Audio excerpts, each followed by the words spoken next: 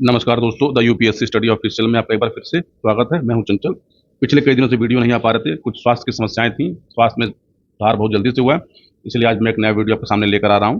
देखिए, जैसा कि आप जानते हैं कि यूपी पीसीएस की परीक्षा में पीवाईक्यू का अत्यधिक महत्व होता है। हालांकि यूपी पीसीएस में ही नहीं, यूपीएससी में भी पीवाईक्यू से क्वेश्चन पूछे जाते हैं, लेकिन पीवाईक्यू से प्रश्न हमसे कैसे पूछे जाते हैं, हम ये जानना महत्वपूर्ण होता है। टारगेट मेरा यह है कि 2010 से लेकर 2023 तक जो यूपी पीसीएस ने पीवाईक्यू कराया है वो आपको मैं करा दूं। तो देखिए, पीवाईक्यू जो है दो प्रकार के महत्वपूर्ण हमारे लिए हैं। पहले आप उसको समझ लीजिए एक बार। देखिए, पीवाईक्यू हमें कौन कौन से करने चाहिए 27 अक्टूबर के लिए और 22 दिसंबर के लिए। तो देखिए, पीवाईक्यू हमें करने चाहिए यूपी पीसीएस के, जो प्री का होता है। उसके बाद हमको यूपी पीसीएस आरओ एआरओ का पीवाईक्यू करना चाहिए। और उसके बाद यूपी पीसीएस की जो अन्य परीक्षाएं होती हैं, यूपी पीसीएस की जो अन्य परीक्षाएं होती हैं, जैसे यूपी पीसीएस बीच बीच में कुछ परीक्षाएं कराता है, जिसमें किसी किसी में 30 क्वेश्चन जीएस के, किसी में 40 क्वेश्चन जीएस के, किसी में 60 क्वेश्चन जीएस के पूछा जाता है। ये सारे पीवाईक्यू हमें करने चाहिए। देखिए, मैं बहुत जल्द आपको वर्ष 2023 का और आरओ का जो पेपर हुआ है उसका आपको मैं पोस्टमार्टम करके दिखा दूंगा कि पीवाईक्यू से कितने क्वेश्चन यूपी पीसीएस में पूछे जाते हैं। देखिए, लोग कहते हैं कि पीवाईक्यू से क्वेश्चन नहीं पूछे जाते, क्योंकि आप देखते क्या है कि जैसे जैसे आपने कोई क्वेश्चन दिया और कहा कि ये क्वेश्चन 2010 में पूछा गया, इसको 24 में नहीं पूछा गया। देखिए, पीवाईक्यू उस फॉर्म में नहीं पूछे जाते। जैसे आपका नाम रमेश है, कोई जाए पूछे आपका नाम क्या है, तो आपसे फिर पूछे रमेश है। अब वो रमेश ना पूछ के रमेश का पर्यायवाची पूछ लेगा। जैसे किस साल उसने पंकज पूछा, किसी साल अंबुज पूछ लेगा। तो पीवाईक्यू इस फॉर्म में पूछे जाते हैं, आपको ये जानना जरूरी है। खैर, वो अलग बात है। और देखिए, एक बार में एक पेपर का पीवाईक्यू नहीं हो सकता, तो मैं प्रयास ये करूंगा कि एक साल का पेपर जो है वो कम से कम 2 पार्ट में रहे, क्योंकि पीवाईक्यू में कुल 150 क्वेश्चन होते हैं। 150 में से लगभग लगभग 40 करंट अफेयर के होते हैं। तो जो मैं पुराने पीवाईक्यू कराऊंगा उसमें मैं आपको करंट अफेयर नहीं कराऊंगा, मतलब केवल केवल जो जीएस के जो क्वेश्चन थे वही कराऊंगा। जैसे आज आपको मैं 2010 का पेपर कराने जा रहा हूँ, तो 2010 के पेपर में जो जीएस के क्वेश्चन पूछे गए थे बस मैं वही कराऊंगा। जो क्वेश्चन इसमें इरिलेवेंट हो गए थे मैं उसको हटा दूंगा। यानी मोटा मोटी मान के चलिए कि एक पेपर में 100 से 110 क्वेश्चन होंगे। अगर हम 2010 से 2023 तक कर ले जाते हैं तो ये पेपरों की संख्या अच्छी खासी हो जाएगी और हम अच्छे खासे प्रश्न कर लेंगे। तो चलिए, समय खराब नहीं करते, इसको शुरू करते हैं और देखते हैं कि हमसे कैसे कैसे प्रश्न पूछे गए। अब देखिए, वर्ष 2010 में यूपी पीसीएस में हिस्ट्री से टोटल जो क्वेश्चन पूछे गए थे उसकी संख्या टोटल 31 है। हालांकि इसमें एक दो क्वेश्चन पॉलिटी के भी मर्ज कर दिए गए हैं, मतलब कुल 31 क्वेश्चन यूपी पीसीएस में पूछे गए थे। आप देखेंगे तो इतिहास का वेटेज हर साल 20 से 25 रहता है, जिसमें से 20 प्योर इतिहास होते हैं और बाकी के जो 5 होते हैं वो अप्लाइड इतिहास होते हैं। अप्लाइड इतिहास आपको मैं बताऊंगा कैसे अप्लाइड इतिहास इसको बोलते हैं। तो चलिए, अपना समय नहीं खराब करते, हम लोग इस सेशन में 50 क्वेश्चन का टारगेट रखते हैं और 50-50 क्वेश्चन के ही वीडियो बनाते हैं, ताकि वीडियो बहुत लंबे ना हो और आपको देखने में दिक्कत ना हो। और देखिए, व्याख्या मैं कम से कम पढ़ूंगा, मैं आपको मैक्सिमम चीजें बोल के बताऊंगा। यहाँ पे क्वेश्चन हिंदी और इंग्लिश दोनों में लिखे गए हैं। आप जिस भाषा में समझ हो, मैं केवल हिंदी में पढ़ूंगा। टर्मिनोलॉजी आपको मैं अंग्रेजी में बता जरूर दूंगा, लेकिन जो अंग्रेजी माध्यम का बच्चा वो क्वेश्चन को आप अंग्रेजी में पढ़ सकते हैं। तो देखिए, हमारा जो पहला क्वेश्चन है, हम अपने पहले क्वेश्चन को देखते हैं एक एक करके। तो चलिए उस पर आते हैं। देखिए, पहला क्या है कि कोपनहेगन संग्रहालय की सामग्री से पाषाण, कांस्य और लौह युग का त्रियुगी विभाजन किया गया था। अब ये किया किसने था? ऑप्शन हमारे थॉमसन, लुबाक, टेलर, टाइल ने। तो याद रखिएगा कि त्रियुगी विभाजन जो है थॉमसन ने किया था। ये क्वेश्चन रिपीट होने के चांसेस हैं, क्योंकि इसको पूछा नहीं गया है और ये बहुत पॉपुलर पॉपुलर क्वेश्चन है। देखिए, कोपेनहेगन संग्रहालय की सामग्री से पाषाण, कांस्य और लौह युग का विभाजन थॉमसन ने किया था। ये इतना याद रखिएगा। अगला देखिए, ऋग्वेद में निम्नांकित किन नदियों का उल्लेख अफगानिस्तान के साथ साथ आर्यों के संबंध का सूचक है? अस्कनी, वर्षणी, कुभा, यक्रुम, बिपाशा या सतुद्री। देखिए, इसका सही आंसर जो हमारा है वो क्या होगा? वो कुभा होगा। अब इस कुभा के बारे में देखिए, इस प्रश्न में क्या क्या हमको पूछा जाएगा। देखिए, ऋग्वैदिक काल में कुभा या कुरुम नदियां अफगानिस्तान में बहती थीं, जो सिंधु की पश्चिम सहायक नदियों में से एक है। तो देखिए, आपको एक पता चल गया यहाँ पर कि कुभा और कुरुम क्या है? सिंधु की सहायक नदियां हैं। कुर्रम आज के कुरुम आज खुर्रम के नाम से जानी जाती है। यह सुलेमान श्रेणी से निकलकर इस खेद के दक्षिण में सिंधु नदी से मिलती है, जबकि कुभा अटक से थोड़ा ऊपर सिंधु नदी से गिरती है। अस्कनी, कनाब, चिनाब, पल्फनी, रावी, बिपाशा, बयास एवं सतुद्री सतलज नदियां हैं जो पाकिस्तान एवं भारत के पंजाब प्रांत में बहती है। इनका अफगानिस्तान से संबंध नहीं है।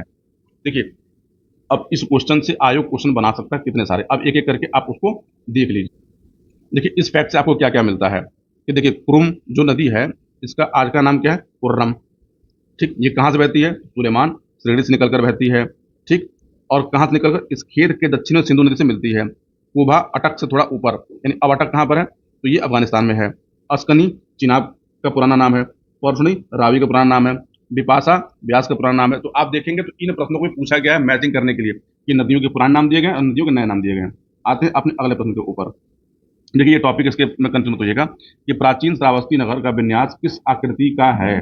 ऑप्शन क्या है, वृत्ताकार, अर्धचंद्राकार, त्रिभुजाकार, आयताकार। तो सही आंसर क्या है, अर्धचंद्राकार। तो जो प्राचीन श्रावस्ती का जो नगर विन्यास था वो अर्धचंद्राकार था, इसको याद रखिएगा। इसमें देखिए, हाँ अब देखिए, प्राचीन श्रावस्ती नगर का विन्यास अर्धचंद्राकार था। इस नगर का पहचान कनिंघम ने किया था। कनिंघम कौन था, तो ये पहला पुरातत्वविद था भारत का। कनिंघम का नाम याद रखिएगा। देखिए उत्तर प्रदेश के सहेत महेत नामक स्थान से की जाती है। देखिए सहेत महेत कहाँ मिलता है, तो ये श्रावस्ती। श्रावस्ती कौन सी है, आप बताइएगा। ठीक, श्रावस्ती के अगल बगल के जो जिले हैं उसका नाम बताइएगा आप। एक बताइएगा श्रावस्ती किस मंडल में पड़ता है, आप कमेंट करके बताइएगा। यापनी किसका एक संप्रदाय था। ऑप्शन कौन से, बौद्ध धर्म, जैन धर्म, शैव धर्म, वैष्णव धर्म। तो यापनी जो है वो जैन धर्म का एक संप्रदाय है। देखिए श्वेतांबर और दिगंबर के अतिरिक्त एक तीसरा संप्रदाय यापनी या उसको गोप्य बोलते हैं, जिसकी स्थापना श्री कलश नामक एक श्वेतांबर आचार्य ने की थी। यह संप्रदाय कर्नाटक एवं उसके आसपास के क्षेत्रों में फैला था। इसके अनुयायी मानते थे कि स्त्री भी मोक्ष ग्रहण कर सकती है। ये लोग भोजन ग्रहण करते समय वस्त्र धारण करते थे और हाथ में मोरपंखी लेकर चलते थे। तो देखिए यापनी, अब देखिए यापनी संप्रदाय का संबंध किससे है, तो जैनिज्म में है। इसकी स्थापना किसने की थी, तो श्री कलश नामक श्वेतांबर आचार्य ने की थी। यानी आपसे अब देखिए पूछा जाए कि पहले पूछा आपसे क्या गया, यापनी, आपसे क्या पूछा जा सकता है कि यापनी संप्रदाय की स्थापना किसने की, तो श्री कलश ने की थी। यहाँ पे आपको एक क्वेश्चन मिल सकता है। आते हैं अगले प्रश्न के ऊपर। बौद्ध संघ में भिक्षुणी के रूप में स्त्रियों के प्रवेश की अनुमति बुद्ध द्वारा दी गई थी। कहाँ पे दी गई थी, आपको उस प्लेस का नाम बताना है। श्रावस्ती में, वैशाली में, राजगिरी में या कुशीनगर में। इसका सही उत्तर क्या है, वैशाली में दी गई थी। देखिए महात्मा बुद्ध द्वारा वैशाली में भिक्षुणी के रूप में स्त्रियों को बौद्ध संघ में प्रवेश की अनुमति अपने प्रिय शिष्य आनंद के अनुरोध पर दिया गया था। विनय पिटक, सूत पिटक, अभिधम्म पिटक का संबंध बौद्ध धर्म से इनकी रचना पाली भाषा में की गई है। तो देखिए बौद्ध धर्म के 3 महत्वपूर्ण ग्रंथ हैं, विनय पिटक, सूत पिटक और अभिधम्म पिटक। आप बताइएगा कि विनय पिटक का संबंध किससे है, सूत पिटक का संबंध किससे है, अभिधम्म पिटक का संबंध किससे, इसको कमेंट में बताइएगा आप। देखिए विनय पिटक, सूत पिटक, अभिधम्म पिटक जो है इसकी रचना पाली भाषा में की गई। आपसे पूछा जाए कि किस भाषा में लिखे गए हैं, तो पाली भाषा में लिखे गए हैं। और आप बताइएगा किस लिपि में लिखे गए हैं, कमेंट करके बताइएगा। देखिए यहाँ पर एक महत्वपूर्ण बात आप समझिए कि पहली बात तो महात्मा बुद्ध बौद्ध धर्म के जो संघ होते थे उसमें स्त्रियों के आने की अनुमति देना नहीं चाहते थे, क्योंकि उनका मानना था कि बौद्ध धर्म जो है अभी 1000 साल तक चलेगा। यदि इसमें स्त्रियां आ जाएंगी तो ये 500 साल में ही खत्म हो जाएगा। यानी अगर आपको बुद्ध की आलोचना करनी हो तो आप बुद्ध की आलोचना इस बिंदु पे कर सकते हैं। आते हैं अगले प्रश्न के ऊपर। बुद्ध का किसके सिक्कों पर अंकन हुआ है। ऑप्शन हमारे पास भीम, कटफिसस, कनिष्क, नापान, बुद्धगुप्त। सही उत्तर क्या है, कनिष्क। अब इसकी व्याख्या देख लेते चलिए। देखिए मौर्य सम्राट अशोक के पश्चात कनिष्क बौद्ध धर्म का प्रबल समर्थक सिद्ध हुआ। कनिष्क ने महायान को अपना राजधर्म स्वीकार किया। कनिष्क के सिक्कों पर यूनानी ढंग से खड़े और कुछ पर भारतीय ढंग से बैठे हुए बुद्ध की आकृतियां हैं। ये सिक्के उसके बौद्ध धर्म के प्रति समर्पण को दर्शाते हैं। बिम कड़फिसस के सिक्कों पर शिव और नंदी के चित्र मिले हैं, उसके शैवोपासक होने का प्रकट करते हैं। यानी बिम कड़फिसस था वो शैव धर्म का उपासक था और उसके सिक्कों पर शिव और नंदी के चित्र मिलते हैं। नापान और बुद्धगुप्त के सिक्कों पर कोई धार्मिक चिन्ह नहीं मिलता है। अब यहाँ पर देखिए काम क्या, फैक्ट क्या है, आप ये समझ लीजिए। देखिए अगर मुझे प्रश्न बनाना होता तो मैं आपके लिए यहाँ पर एक प्रश्न यहाँ बना सकता था। देखिए कनिष्क के सिक्कों, कनिष्क जो था वो किस वंश का था, तो कनिष्क कुषाण वंश का शासक था। देखिए कनिष्क के सिक्कों पर यहाँ पर देखिए यूनानी ढंग से खड़े और कुछ पर भारतीय ढंग से बौद्ध आकृतियां हैं। आपको पता है कि कनिष्क के समय बुद्ध की प्रतिमाएं बनाई गई थी। तो देखिए जो यूनानी प्रतिमाएं थी उसमें बुद्ध को जो है वो खड़ा बनाया गया था, और जो भारतीय प्रतिमाएं जो बनाई गई थी ठीक उस पर जो है बुद्ध को बैठा हुआ दिखाया गया था। आपको देखिए यहाँ पर एक क्वेश्चन आपको मतलब स्टेटमेंट में बनाया जा सकता है, इसलिए इसको याद रखिएगा। दूसरा बिम कड़फिसस वाला याद रखिएगा, नापान और बुद्धगुप्त को भी याद रखिएगा। देखिए मैं टाइम इसलिए ले रहा हूँ ताकि आपको चीजें याद हों, ताकि आप इसको सुने तो आपको लाभ। मैं लाइन लाइन इसलिए पढ़ रहा हूँ ताकि आपको चीजें सुन के याद हो सकें। आते हैं अगले प्रश्न के ऊपर। प्राचीन भारत के साहित्यिक इतिहास में पाणिनि और पतंजलि ख्याति प्राप्त नाम है। किस राजवंश के समय में वह फले फूले। ठीक, ऑप्शन हमारे पास है पुष्यभुक्ति वंश, कुषाण वंश, शुंग वंश, गुप्ता वंश। तो देखिए ये दोनों लोग कहते हैं शुंगा वंश से संबंधित थे, मतलब ये शुंगा वंश के समकालीन थे। देखिए शुंगों के शासन काल में अनेक विद्वान हुए। इस काल में संस्कृत भाषा की उन्नति हुई। पुष्यमित्र के राजपुरोहित पतंजलि ने पाणिनि की अष्टाध्यायी पर महाभाष्य नामक टीका लिखा। मनुस्मृति और महाभारत के कुछ अंशों में कौन सा पर्व, तो शांति पर्व और राजसूय पर्व का परिवर्तन हुआ, जिसको देखा जाता है। अब देखिए पुष्यमित्र शुंग कौन थे, तो शुंगा वंश के थे। देखिए पुष्यमित्र शुंग मतलब शुंगा वंश जो था वो टोटल 36 साल तक चला था। और शुंगा वंश जो थे ये ब्राह्मण धर्म के अनुयायी थे, इसको याद रखिएगा। देखिए, प्रथम गुप्त शासक जिसने परम भागवत की उपाधि धारण की थी कौन है? चंद्रगुप्त प्रथम, चंद्रगुप्त एक, चंद्रगुप्त द्वितीय, श्रीगुप्त। तो याद रखिएगा कि परम भागवत की उपाधि जो है चंद्रगुप्त द्वितीय ने धारण की थी। देखिए, चंद्रगुप्त द्वितीय का शासनकाल क्या है? 380 से 412 ईसा पूर्व। ठीक। इसका अन्य नाम क्या थे? तो देवगुप्त और देवराज भी था। यानी चंद्रगुप्त के अन्य नाम क्या है? तो देवगुप्त और देवराज। गढ़वा शिला लेख में चंद्रगुप्त को परम भागवत कहा गया है, जबकि सांची लेख में महाराजाधिराज त्रिचंद्रगुप्त देव को राजदूत प्रिय नाम मिलता है। चंद्रगुप्त द्वितीय के दरबार में 9 विद्वानों की मंडली निवास करती थी, जिसे नवरत्न कहा गया है। इसी के शासनकाल में चीनी यात्री फाहियान भारत आया था। देखिए, अब इस प्रश्न में आपको फैक्ट क्या क्या मिलते हैं, आप कमेंट करिएगा कि गढ़वा का शिलालेख कहाँ मिलता है। देखिए, गढ़वा के शिलालेख में चंद्रगुप्त को परम भागवत कहा गया है और सांची में महाराजाधिराज और श्रीचंद्र गुप्तस्य कहा गया है। ठीक। चंद्रगुप्त के दरबार में 9 विद्वान रहते थे, जिसको 9 रत्न कहते थे। आप इन 9 रत्नों का नाम कमेंट बॉक्स में बताइएगा। देखिए, मैं दूसरे के नाम बता रहा हूँ, देखिए मिहिर भोज थे, छपड़क थे, ऐसे से कुल 9 लोग थे। ठीक। आप कमेंट करिएगा, या नहीं होगा तो एक काम करिए, अपनी कॉपी में इस प्रश्न को नोट करके लिख लीजिएगा। देखिए, महान जैन विद्वान हेमचंद्र किसकी सभा को अलंकृत करते थे? अमोघ वर्ष, कुमारपाल,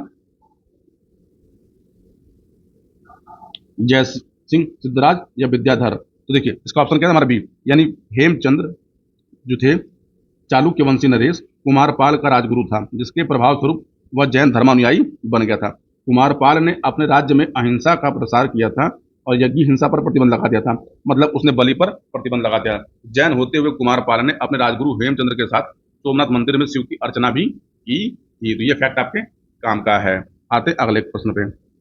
आपको यहाँ पे संयुग में पहचानना है। एलोरा गुफाएं सबको संबंधित है। महाबलीपुरम राष्ट्रकूट ने उसका निर्माण कराया था। मीनाक्षी मंदिर का निर्माण पल्लव ने कराया था। खजुराहो का चंदेल ने कराया था। तो देखिए, इसमें सही क्या है? तो देखिए, खजुराहो के जो मंदिर है उसका निर्माण चंदेलों ने करवाया था। यानी खजुराहो का संबंध चंदेल नरेशों से था, जहां पर उन्होंने 25 विशालकाय प्रस्तर मंदिरों का निर्माण करवाया था। एलोरा की गुफाओं का निर्माण राष्ट्रकूटों के शासनकाल में हुआ था, जो और ये औरंगाबाद से 14 मील दूर पर है। यहाँ गुफाएं बौद्ध, हिंदू और जैन संप्रदायों से संबंधित है। देखिए, अगर यहाँ पे एक फैक्ट आपके लिए बनता है कि एलोरा गुफाएं संबंधित हैं, तो याद रखिएगा एलोरा गुफाएं बौद्धों से, हिंदुओं से तथा जैनों तीनों संबंधित है। महाबलीपुरम चेन्नई से 40 मील दूर समुद्र तट पर स्थित है, जहाँ पर 7वीं सदी में पल्लव नरेशों द्वारा सप्तरथ नामक विशाल मंदिर का निर्माण किया था, जहाँ पे 7 रथों वाले यानी ये किससे संबंधित थे? तो इस जो 7 रथ हैं ये महाभारत काल से संबंधित हैं। मीनाक्षी मंदिर का निर्माण पांड्य शासकों द्वारा तमिलनाडु के समुद्र तट पर कराया गया था। देखिए, आप व्याख्या से प्रश्न बनते हैं, इसलिए व्याख्या बहुत महत्वपूर्ण हो जाती है। चित्तौड़ का कीर्ति स्तंभ किसने बनवाया था? ऑप्शन नंबर पर राणा संगा, राणा कुंभा, राणा प्रताप, राणा उदय सिंह। तो सही उत्तर हमारा क्या होगा? राणा कुंभा। देखिए, मालवा के सुल्तान महमूद शाह खिलजी को पराजित करने के उपलक्ष्य में महाराणा कुंभा ने चित्तौड़ में कीर्ति स्तंभ का निर्माण करवाया। इसका निर्माण 1448 ईस्वी में हुआ। इसे जय स्तंभ अथवा विजय स्तंभ के नाम से भी जाना जाता है। राणा कुंभा ने संगीत राज, संगीत मीमांसा आदि ग्रंथों की रचना की। अब देखिए, यहाँ से आपके काम का जो फैक्ट मिलता है उसको देख लीजिए एक बार फिर से। देखिए, पहली बात तो यह है कि महमूद शाह खिलजी को पराजित करने के बाद महाराणा कुंभा ने चित्तौड़ में कीर्ति स्तंभ का निर्माण करवाया था। तो देखिए, इसी को स्टेटमेंट बना के दिया जा सकता है। कैसे? कि चित्तौड़ में कीर्ति स्तंभ का निर्माण करवाया था, एक प्रश्न। दूसरा, महमूद शाह खिलजी को हराने के बाद करवाया था। और राणा कुंभा ने संगीत पे संगीत राज, संगीत मीमांसा आदि ग्रंथों की रचना भी की थी। यानी राणा कुंभा संगीत के प्राश्रयदाता थे, संगीत प्रेमी शासक थे। निम्नलिखित में से कौन शासक पृथ्वीराज चौहान के नाम से प्रसिद्ध है? पृथ्वीराज प्रथम, द्वितीय या तृतीय? ये तीनों पृथ्वीराज हैं। देखिए, पृथ्वीराज तृतीय ये महत्वपूर्ण है, जिनको पृथ्वीराज चौहान के नाम से हम लोग जानते हैं। यानी ये वही हैं जिन्होंने मोहम्मद गोरी से लड़ाई की थी। देखिए, चौहान वंश का अंतिम शासक पृथ्वीराज तृतीय पृथ्वीराज चौहान के नाम से प्रसिद्ध था। उसके दरबार में चंद्रबरदाई और जैनक नाम के कवि रहते थे, जिन्होंने क्रमशः पृथ्वीराज रासो किसकी रचना है? तो चंद्रबरदाई की। और पृथ्वीराज विजय किसकी है? तो जैनक की रचना है। पृथ्वीराज तृतीय के समय महत्वपूर्ण घटना मोहम्मद गौरी का आक्रमण था, जिसका युद्ध तराइन के मैदान में क्रमशः 1191 और 1192 में हुआ। दूसरे युद्ध में पृथ्वीराज हार गया और दिल्ली पर तुर्क सत्ता स्थापित हो गई थी। गीत गोविंद के रचयिता कौन थे? तो गीत गोविंद के रचयिता कौन थे? ऑप्शन धोई, गोविंदाचार्य, जयदेव या फिर लक्ष्मण सेन। तो इसका उत्तर क्या है? जयदेव। ठीक है, गीत गोविंद के प्रणेता जयदेव वैष्णव धर्मानुयायी गौड़ नरेश लक्ष्मण सेन के दरबारी कवि थे। गीत गोविंद में राधा कृष्ण के लौकिक प्रेम का वर्णन मिलता है। लक्ष्मण सेन की राजसभा में पवन दूत का लेखक धोई, ब्राह्मण सर्वस्व का लेखक हलायुध निवास करते थे। अब देखिए, यहाँ पे आपके काम का फैक्ट वो निकाल। अब देखिए इसको समझिए, आप देख रहे हैं आजकल आयु क्या करता है, किताबों के बारे में पूछता है, तो वो लेखक तो पूछता है, उसके विषय में पूछता है। तो देखिए गीत गोविंद के रचयिता कौन थे, तो वो जयदेव थे। ठीक, ये किसके दरबारी थे, तो लक्ष्मण सेन के दरबारी थे। गीत गोविंद का विषय क्या है, तो राधा कृष्ण के लौकिक प्रेम का वर्णन मिलता है, यानी ये आपके काम का फैक्ट है। लक्ष्मण सेन की सभा में पवन दूत का लेखक रहता था कौन, तो धोई। धोई किसका लेखक था, तो पवन दूत का। ठीक, हलायुध एक पुस्तक है, इसके लेखक कौन थे, ब्राह्मण सरोवर का लेखक था ये। ठीक, ये ध्यान रखिएगा, यानी हलायुध ने ब्राह्मण सर्वस्व का लेखक थे, ये कंफ्यूजन मत रखिएगा। देखिए ऐसे क्वेश्चन आयोग बना के आपको कंफ्यूज करता है, और इन प्रश्न से ही प्रश्न बनाए जाते हैं। अब आते हैं अगले प्रश्न के ऊपर। देखिए इसमें दो सूचियां दी गई हैं, और सूची एक को सूची दो से हमको सुमेलित करना है। देखिए ये सबसे आसान प्रश्न होते हैं, अगर आप इन प्रश्नों को छोड़ के आते हैं पेपर में, तो यकीन मानिए आप अपना पीटी फेल होने का इंतजाम करके आ रहे हैं। तो देखिए आते क्या है कि यहाँ पे कुछ मॉन्यूमेंट दिए गए हैं और यहाँ पे कुछ बिल्डर दिए गए हैं। अलाई दरवाजा का निर्माण किसने करवाया था, बुलंद दरवाजा। तो हम एक देखिए इन प्रश्नों को हम ऑप्शन से भी लगा सकते हैं। ठीक है, ऑप्शन से अगर हम उसको लगाना हो तो हम कैसे लगाएं, आप यहाँ पे देखिए अलाई दरवाजा का निर्माण तो जो था वो अलाउद्दीन खिलजी ने करवाया था, ये सबको पता है। और फतेहपुर सीकरी का निर्माण अकबर ने करवाया था। अब ये चारों ऑप्शन देखिए, इसमें क्या ये मिल रहा है, यानी एक का एक और बी का दो। तो देखिए इस ऑप्शन में नहीं मिल रहा है, ये कट गया। इस ऑप्शन में भी नहीं मिल रहा है, ये भी कट गया। इस ऑप्शन में नहीं मिल रहा है, ये भी कट गया। अब आपको ये दो ना भी पता हो तो आपको पता है कि ऑप्शन ए हमारा सही होगा, क्योंकि दो मैचिंग यहाँ पे हो रही है। देखिए दो मैचिंग के बाद आप आंसर को पकड़ सकते हैं, यानी आपको चारों आंसर नहीं पता तो भी आप ऐसे प्रश्नों को हल कर सकते हैं। ठीक, देखिए बाकी आप जान रहे इसकी व्याख्या मैं नहीं पढ़ रहा हूँ। ठीक है, अब आते हैं अपने अगले प्रश्न के ऊपर। देखिए भारत के किस मध्यकालीन शासक ने एकता व्यवस्था प्रारंभ की थी। ऑप्शन नंबर पर इल्तुतमिश, बलबन, अलाउद्दीन खिलजी और में से कोई नहीं। आप जानते हैं कि एकता व्यवस्था जो है इल्तुतमिश ने स्टार्ट की थी। देखिए एकता व्यवस्था जो थी वो विदेशी व्यवस्था थी। तो देखिए भारत में देखिए एकता का मतलब होता है भूमि का टुकड़ा, ये समझ लीजिए। भारत में एकता व्यवस्था की शुरुआत इल्तुतमिश ने की थी। वह भूमि का विशेष खंड जो सैनिकों एवं सैनिक अधिकारियों के बीच बांटा जाता था, परंतु उस भूखंड के मालिक नहीं होते थे, बस वे केवल उसे लगान का ही उपभोग कर सकते थे। एकता प्राप्त करने वाले अधिकारियों को मुफ्ती, अमीर और मालिक भी कहा जाता था। देखिए यहाँ से भी आपको प्रश्न बनते हैं। देखिए व्याख्या से प्रश्नों को बनाना सीख लीजिए, या फिर व्याख्या से वो समझ लीजिए, तो आपको बहुत सारे प्रश्न मिल जाएंगे। जैसे एकता व्यवस्था शुरुआत किसने की थी, तो इल्तुतमिश ने की थी, एक फैक्ट। एकता क्या था, तो एकता भूमि का एक टुकड़ा होता था जो किसको दिया जाता था, तो सैनिकों को या फिर अधिकारियों को बांटा जाता था, लेकिन वो इसके मालिक नहीं होते थे। और समझिए वो इसके एक रख रखाव मेंटेनेंस करता होते थे, जिससे वो केवल लगान वसूलते थे। ठीक, अब आपको समझिए, मैं आपको बताता हूँ कि होता क्या था। देखिए एकता क्या था, भूमि का टुकड़ा होता था ऐसे ऐसे। सुल्तान क्या करता था, किसी को एकता देता, उसको इक्तेदार भी बोलते थे। जैसे मान लीजिए आपको एक एकता दिया गया, आपसे कहा गया कि आप यहाँ पे राजस्व वसूलिए, तो आप वो एकता करता क्या था कि वो राजस्व वसूलने के बाद अपने सारे खर्चे निकाल लेता था। अपने खर्चे निकालने के बाद जो अधिशेष बचता था, यानी जो धन बचता था, वो सुल्तान को केंद्रीय खजाने में जमा कराता था। जो जमा कराता था उसको बोलते थे फवाजिल। तो फवाजिल भी यहाँ पे एक टर्म आता है। देखिए तो फवाजिल क्या होता था, तो फवाजिल की समझिए कि इक्तेदार द्वारा जमा की गई धनराशि थी, जो अपने खर्चे काटने के बाद केंद्रीय खजाने में जमा कराया जाता था। अब आते हैं अगले प्रश्न के ऊपर। मुगल सम्राट औरंगजेब कौन सा वाद्य यंत्र बजाते थे, सितार, पखावज, वीणा, में से कोई नहीं। याद रखिएगा कि औरंगजेब वीणा बजाने में सिद्धहस्त था। ठीक, आप बताइएगा कि अकबर क्या बजाता था, अकबर किसमें था। देखिए औरंगजेब ने संगीत को इस्लाम विरोधी मानकर इस पर प्रतिबंध लगा दिया था, सब जानते हैं। किंतु उसी के काल में फारसी भाषा में भारतीय शास्त्रीय संगीत पर सर्वाधिक पुस्तकें लिखी गई हैं। औरंगजेब स्वयं एक कुशल वीणा वादक था। उसी के शासनकाल में फकीरुल्लाह ने ठीक मनकुतूहल मानकुतूहल का अनुवाद राग दर्पण नाम से करके औरंगजेब को अर्पित किया था। औरंगजेब के शासनकाल में संगीतज्ञ रसबेन खां, सुखी सेन, हयात सरसनैन और सुखी सेन कलावंत आदि थे। देखिए ये संगीतज्ञों का नाम देके आपसे पूछ सकता है कि ये किससे संबंधित थे या किसके काल में थे। या फिर मानकुतूहल का अनुवाद, ये किसका अनुवाद है, तो राग दर्पण ने किसने किया था, तो फकीरुल्लाह ने किया था। ये भी फैक्ट आप याद रखिएगा। आते हैं अगले प्रश्न के ऊपर। निम्नलिखित युगों में से कौन सा एक सही सुमेलित नहीं है। देखिए बाबर, खानवा का युद्ध, हुमायूं, चौसा का युद्ध, अकबर, हल्दी घाटी का युद्ध, जहांगीर, बल्ख का युद्ध। इसमें से हमारा क्या है, ऑप्शन डी सुमेलित नहीं है। देखिए ये तीनों युद्ध सुमेलित हैं। आप ये समझ लीजिए बल्ख क्या है। देखिए बल्ख युद्ध शाहजहां के शासनकाल में 1646 ईस्वी में हुआ था, जिसमें मुराद ने बल्ख पर विजय प्राप्त की थी। तो मुराद कौन था, कमेंट करके आप बताइएगा। ठीक है, आते हैं अगले प्रश्न के ऊपर। निम्नलिखित में से कौन एक सही सुमेलित है। खुलदाबाद शेख सलीम चिश्ती का मकबरा, फतेहपुर सीकरी इतमादुद्दौला का मकबरा, आगरा औरंगजेब का मकबरा, दिल्ली अब्दुल रहीम खान का मकबरा। देखिए इसमें से केवल केवल ऑप्शन डी सही सुमेलित है। तो देखिए शेख सलीम चिश्ती का मकबरा कहाँ पर है, तो फतेहपुर सीकरी में है। एतमादुद्दौला का मकबरा कहाँ पे है? आगरा में है। औरंगजेब का मकबरा कहाँ है? खुलदाबाद औरंगाबाद में है। औरंगाबाद कहाँ पे है? तो महाराष्ट्र में है। अब्दुल रहीम खान खान का मकबरा कहाँ पे है? तो दिल्ली में है। ठीक, अब आते हैं अगले पर, हम मॉडर्न इंडिया पे, यानी 2010 में मॉडर्न इंडिया में क्या प्रश्न पूछे गए थे। तो देखिए, निम्नलिखित में से कौन होम रूल आंदोलन से नहीं जुड़ा था? सी आर दास या सुब्रमण्यम अय्यर, एनी बेसेंट, बीजी तिलक। कौन नहीं जुड़ा था, हमको ये बताना है। तो देखिए, एनी बेसेंट के बारे में जानते ही हैं, ये और बीजी तिलक यानी बाल गंगाधर तिलक तो क्या थे? इसके प्रणेता ही थे। अय्यर भी जुड़े थे, यानी सी आर दास इससे जुड़े हुए नहीं थे। तो देखिए, तिलक ने अप्रैल 1916 में होम रूल लीग की स्थापना की। इसके प्रथम अध्यक्ष जोसेफ बैप्टिस्टा थे, यह फैक्ट याद रखिएगा। और सचिव कौन थे? एनसी केलकर थे। एनी बेसेंट ने all India home rule league की स्थापना सितंबर 1916 में की थी। इसके सचिव कौन थे? तो जॉर्ज अरुंडले थे। होम रूल आंदोलन में सुब्रमण्यम अय्यर ने सबसे प्रमुख योगदान दिया था। एनी बेसेंट के होम रूल में तेज बहादुर सप्रू और मोतीलाल नेहरू भी सम्मिलित थे, जबकि सी आर दास इसके अलग रहे। आगे चलकर स्वराज पार्टी की स्थापना की। तो देखिए, 1923 में जो स्वराज पार्टी की स्थापना की थी मोतीलाल नेहरू ने, और किसने? सी आर दास ने मिलकर। देखिए, यहाँ पर आपके काम के बहुत सारे फैक्ट आते हैं, इसको सुन लीजिए। देखिए, आपको लग रहा होगा कि मैं बहुत स्लो करा रहा हूँ, तो देखिए स्लो इसलिए करा रहा हूँ ताकि आपको चीजें समझ में भी आ जाएं।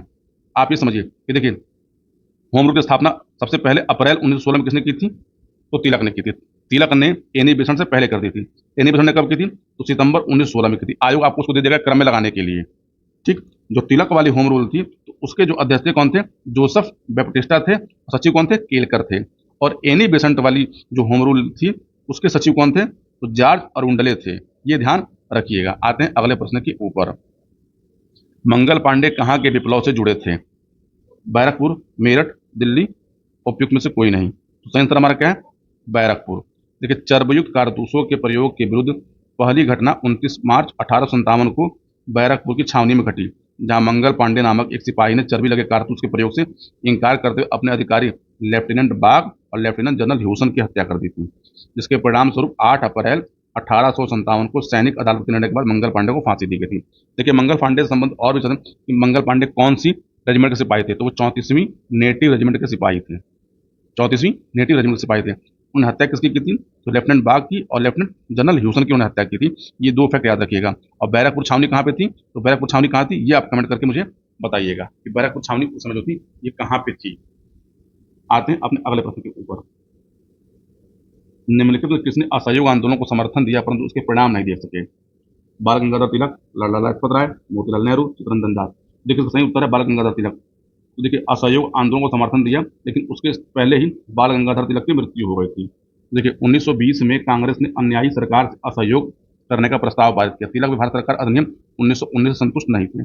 आप ये समझिए कि इस असहयोग आंदोलन को शुरू करने का कारण क्या था? 1919 का अधिनियम। 1920 के अगस्त में उनकी मृत्यु हो गई। इस आंदोलन का परिणाम नहीं दे सके। लाला लाजपत राय 1920 के कांग्रेस अधिवेशन के अध्यक्ष थे, और इनकी मृत्यु कब हुई? 1928 में हुई थी। कब? आप जानते हैं, जलियांवाला बाग, सॉरी मैं बोला कि जो लाहौर में जो लाठी वाला कांड हुआ था उस समय हुआ था। मोतीलाल नेहरू 1931 तक जीवित रहे थे। चित्तरंजन दास क्या थे? स्वराज पार्टी के संस्थापक थे, और 1922 में कांग्रेस के अध्यक्ष भी रहे थे।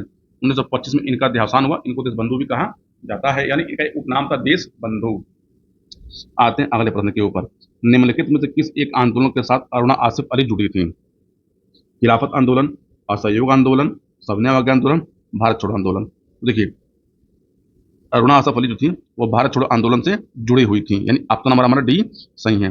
अरुणा आसफ अली भारत छोड़ो आंदोलन से जुड़ी सक्रिय कार्यकर्ता थी। वह राम मनोहर लोहिया, सुचेता कृपलानी, छोटू भाई पुराणिक, बीजू पटनायक, आरपी गोयनका एवं अच्युत पटवर्धन के साथ भूमिगत आंदोलन में संचालन में संलग्न थी। अब देखिए, जितने नाम आपको मैंने बताए ये सब के सब क्या थे? तो क्विट इंडिया मूवमेंट से रिलेटेड थे।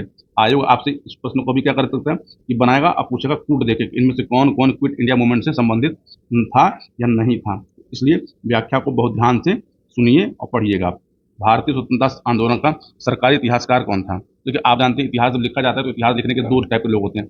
एक जो सरकारी इतिहास लिखा जाता है जिसको सरकार लिखवाती है, और एक लोग स्वतंत्र लिखते हैं। तो सरकारी इतिहासकार जानते भारत का एस एन सेन ने लिखा था, ये याद रखिएगा। 1857 के भारतीय स्वतंत्रता आंदोलन के सरकारी इतिहासकार एस एन सेन थे, जिसकी पुस्तक 1857 थी। इसके पहले ये कार्य आरती मजूमदार को सौंपा गया था, किंतु उन्होंने लिखने से इनकार कर दिया था। देखिए, मजूमदार जी को पहले ये दिया गया था कि आप 1857 के विद्रोह को लिखें, लेकिन सरकार से इनकी कुछ अनबन हो गई थी, इसलिए उन्होंने मना कर दिया। इनके मना करने के बाद एस एन सेन को दिया गया था। ताराचंद भी जान लीजिए बहुत बड़े इतिहासकार थे। ये वही ताराचंद, आप इलाहाबाद यूनिवर्सिटी में जो हॉस्टल है ना, ताराचंद हॉस्टल, उन्हीं के नाम पर है। इनकी किताब आती है पुरातत्व विमर्श, आपने पढ़ा होगा, ताराचंद्र की। महात्मा गांधी दर्शना नामक गोदाम पर कांग्रेस कार्यकर्ताओं के धावे के समय कहाँ थे? ठीक, यानी जब दांडी मार्च हो रहा तब की बात हो रही है। यरदा जेल में, साबरमती जेल में, या आगा खां पैलेस पूना में, अहमदनगर फोर्ट जेल में। इसका सही उत्तर हमारे पास क्या होगा कि जब हुआ था तो उस समय गांधी जी कहाँ पे थे? तो यरवदा जेल में थे। सरोजनी नायडू, इमाम साहब और मणिक लाल गांधी इस दौरान दर्शना में आंदोलन का नेतृत्व कर रहे थे। न्यू फ्रीमैन अखबार के पत्रकार बे मिलर ने इस घटना का सजीव चित्रण किया है। आपसे पूछा था दांडी मार्च को कवर करने वाला पत्रकार कौन था? तो बे मिलर था। बे मिलर क्या था? न्यू फ्रीमैन अखबार का एक पत्रकार था और ये विदेशी था। एक बार पूछा था कि वो कौन विदेशी था जो संबंधित था जिसने इसको कवर किया था? याद रखिएगा, बे मिलर। 19वीं सदी के कृषक विद्रोहों का उनसे संबंध क्षेत्रों के साथ सुमेलित कीजिए। चलिए इसको सुमेल किया जाए। देखिए इसमें से, देखिए 19वीं सदी के कृषक विद्रोहों को उनसे संबंध क्षेत्रों के साथ सुमेलित कीजिए। तो देखिए ये स्थान दिया गया है और ये हमको एक तरफ विद्रोह का नाम दिया गया है। देखिए अक्सर लोग कंफ्यूजन होता है, एक होता है एक है कुकी विद्रोह और एक है कूका विद्रोह। देखिए कुकी और कूका में मैक्सिमम लोगों को कंफ्यूजन होता है, तो अभी हम इन दोनों को छोड़ देते हैं। देखिए बिरसा मुंडा विद्रोह, तो बिरसा मुंडा तब जानते हैं कि बिरसा मुंडा विद्रोह जब हुआ था तो उस समय बिहार का पार्ट था, यानी डी का हमारा 3 एक मैच कर गया। देखिए पावना कृषक विद्रोह, तो पावना कृषक विद्रोह जो है ये हमारा बंगाल का। तो देखिए हम ये दो तो मिला लिए। अब देखा जाए कि हमारे पास जो ऑप्शन है, देखिए डी में 3 और सी में 2। तो देखिए डी में, देखिए इसमें भी नहीं मिल रहा है, इसमें भी नहीं मिल रहा है और इसमें भी नहीं मिल रहा है, यानी हमारा ऑप्शन नंबर डी सही होगा। ऑप्शन डी पे हम टिक लगा देते हैं, ऑप्शन डी हमारा सही है। ठीक है। अब देखिए, हाँ देखिए कुकी जनजाति विद्रोह त्रिपुरा में हुआ था। याद रखिए कुकी, तो क्योंकि कहाँ पे? त्रिपुरा में हुआ था। और कूका, कूका विद्रोह पंजाब में हुआ था। किसके अंदर? भगत जवाहर मल के नेतृत्व में 1860 में पंजाब में शुरू किया गया था, जो 1872 तक चलता रहा। पावना किसान आंदोलन पूर्वी बंगाल में 1873 से लेकर 76 तक चला, जिसके प्रमुख नेता कौन थे? ईशान चंद्र राय और शंभू पाल थे। पावना किसान आंदोलन हिंदू मुस्लिम एकता का प्रतीक था। ये लाइन याद रखिएगा, इस पर आयोग क्वेश्चन बना सकता है। बिरसा मुंडा विद्रोह 1893 से 1900 के बीच में बिहार में चलने वाला सर्वाधिक चर्चित आदिवासी विद्रोह था। बिरसा मुंडा को उलगुलान या महान हलचल के विद्रोह के नाम से भी जाना जाता है। तो ये महत्वपूर्ण प्रश्न, इसको नोट जरूर कर लीजिएगा। आते हैं अपने अगले प्रश्न के ऊपर। निम्नलिखित में से किसने कहा था विदेशी वस्त्रों की बर्बादी उनके साथ सर्वोत्तम व्यवहार है? तो देखिए ऑप्शन नंबर पर रविन्द्रनाथ टैगोर, महात्मा गांधी, चित्तरंजन दास, सुभाष चंद्र बोस। तो ये कथन किसका है? महात्मा गांधी का है। स्वदेशी एवं असहयोग आंदोलन के बड़े पैमाने पर विदेशी कपड़ों की होली जलाई गई। इस कृत्य को रविन्द्रनाथ टैगोर ने निष्ठुर बर्बादी, जबकि गांधी ने इसे सर्वोत्तम उपाय बताया। सुभाष चंद्र बोस एवं चित्तरंजन दास ने विदेशी कपड़ों के जलाए जाने में गांधी के विचार के पक्ष में थे। तो देखिए आप याद रखिएगा कि इसी को ठीक अपोजिट पूछना हो तो पूछा जाए कि किसने कहा था कि विदेशी कपड़ों को जलाना निष्ठुर बर्बादी है, तो क्या होगा हमारा? उसका उत्तर रविन्द्रनाथ टैगोर होगा। सर्वोत्तम व्यवहार किसने कहा था? तो गांधी ने कहा था। अब आते हैं फिर से, देखिए हमको सुमेलित करने वाला क्वेश्चन है। देखिए ये सूची 1 है, सूची 2 है। सूची 1 में स्थान दिए गए, सूची 2 में नेता दिए गए हैं। तो देखिए झांसी की रानी सबको पता है, रानी लक्ष्मीबाई।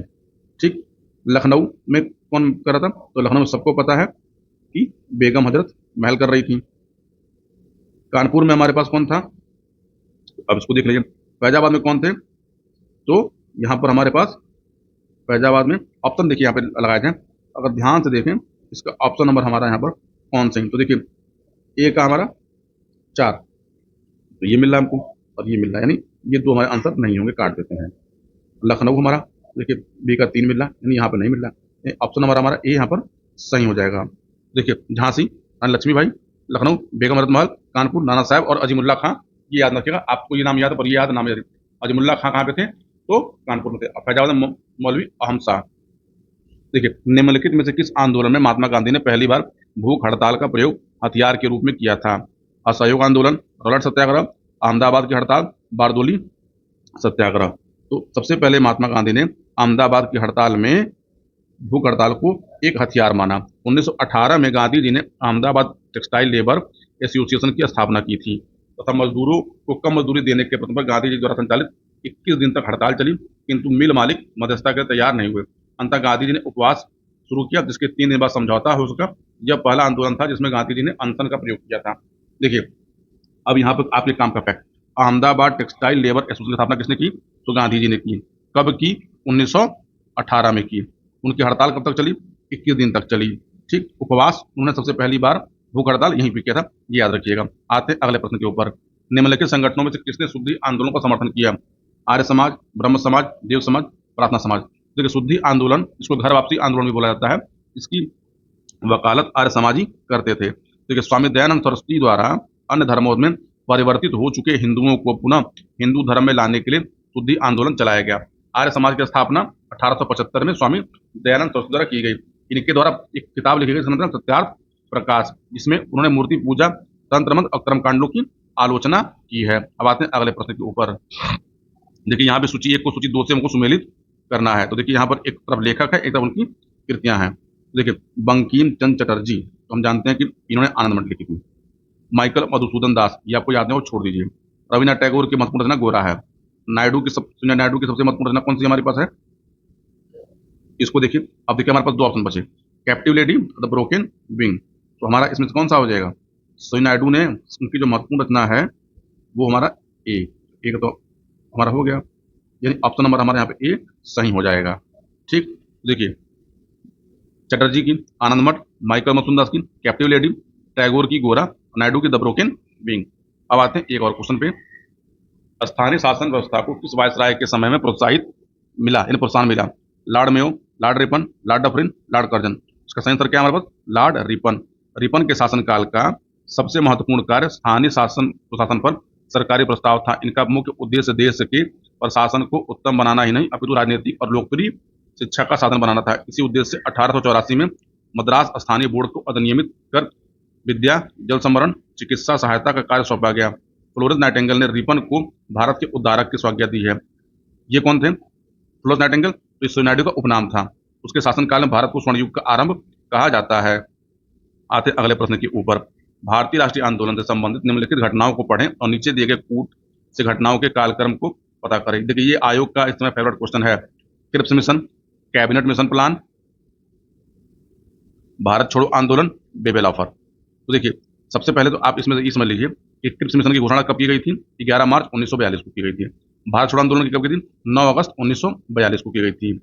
इसी में ऑपरेशन जीरो आवर के तहत महात्मा गांधी और अन्य नेताओं को गिरफ्तार किया गया था। बेबल योजना 14 जून 1945 को थी और कैबिनेट मिशन 24 मार्च 1946 को। इसलिए हमारा ऑप्शन नंबर ए सही होगा। देखिए ये डेट अपनी कॉपी में नोट कर लीजिएगा, ये डेट हमेशा कंफ्यूजन होते हैं, इसलिए इसको 2-3 बार पढ़ लीजिएगा। आते हैं अगला क्वेश्चन। कांग्रेस ने साइमन आयोग का बहिष्कार किया था, ये हमारा कथन है। साइमन आयोग में एक भी सदस्य भारतीय नहीं था, ये बात तो सही है, और बहिष्कार भी किया कांग्रेस ने, ये भी सही है। इसलिए यहाँ पे कथन कारण क्या हो जाएंगे? दोनों सही हो जाएंगे। ठीक है, बाकी आप जानते हैं सर जॉन साइमन की अध्यक्षता में 8 नवंबर 1927 को साइमन आयोग गठित किया गया था। इसमें कुल 7 सदस्य थे और सभी सब क्या थे? ब्रिटिश थे। इसमें एक भी भारतीय मेंबर नहीं था, इसलिए कांग्रेस ने इसका बहिष्कार किया था और इसको व्हाइट मैन कमीशन भी कहा था। अब आते हैं मॉडर्न इंडिया के लास्ट क्वेश्चन पे। निम्न घटनाओं को उनके काल क्रमानुसार व्यवस्थित करिए और अपना उत्तर दिए पूर्व साथ दें। देखिए अंतरिम सरकार गठन, कैबिनेट मिशन, मुस्लिम लीग और स्थिति कार्रवाई प्रारंभ करना और जिन्ना का शिमला कॉन्फ्रेंस को विध्वंस करना। तो ये हमको ऑप्शन दिए गए। इसके डायरेक्ट आंसर हमारे पास क्या होगा? तो बी होगा। देखिए अंतरिम सरकार गठन किया गया 24 अगस्त 1946 को।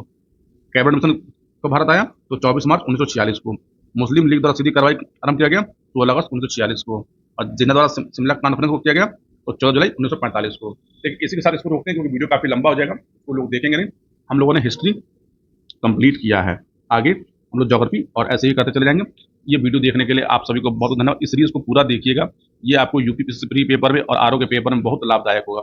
आपसे मेरे यानी चंचल के साथ मिलते हैं आपसे अगले वीडियो में बहुत जल्द।